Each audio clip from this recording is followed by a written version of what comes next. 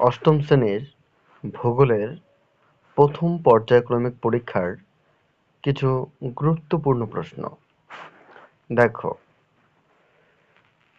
সঠিক উত্তরটি নির্বাচন করো। উষ্ণ প্রস্রবণের জল গরম হয় ভূতাপ শক্তির জন্য, সূর্যের আলো থেকে তাপ গ্রহণের জন্য, সরাসরি লাভার সংস্পর্শে আসার জন্য।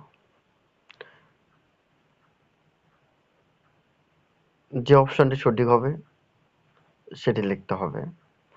প্রশ্ন বি, পৃথিবীর গভীরে মানুষ সশরীরে যতটা আজ অব্দি পৌঁছাতে পেরেছে তা পৃথিবীর মোট গভীরতার 10%, 1%, 1% নয়। সি, ভূত্বক ও কেন্দ্রমণ্ডলের মাঝে কনরাড বিযুক্তি, মহভেসিক বিযুক্তি, গুটেনবার্গ বিযুক্তি রেখা রয়েছে। নেক্সট, ডি নম্বর, গুরুমণ্ডলের ক্রোফেসীমা ও নেভিসীমার মাঝে রয়েছে রেপেত্তি-কনরাড-গুটেনবার্গ বিযুক্তি রেখা।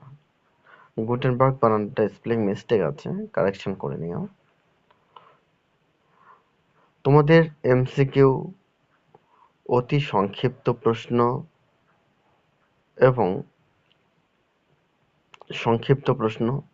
এবং বোর্ড তুলে ধরা হয়েছে। এখানে যে প্রশ্নগুলো দেখতে পাচ্ছ প্রত্যেকটি প্রশ্নই খুব গুরুত্বপূর্ণ। প্রত্যেকটি প্রশ্নের উত্তর তোমরা তৈরি করবে।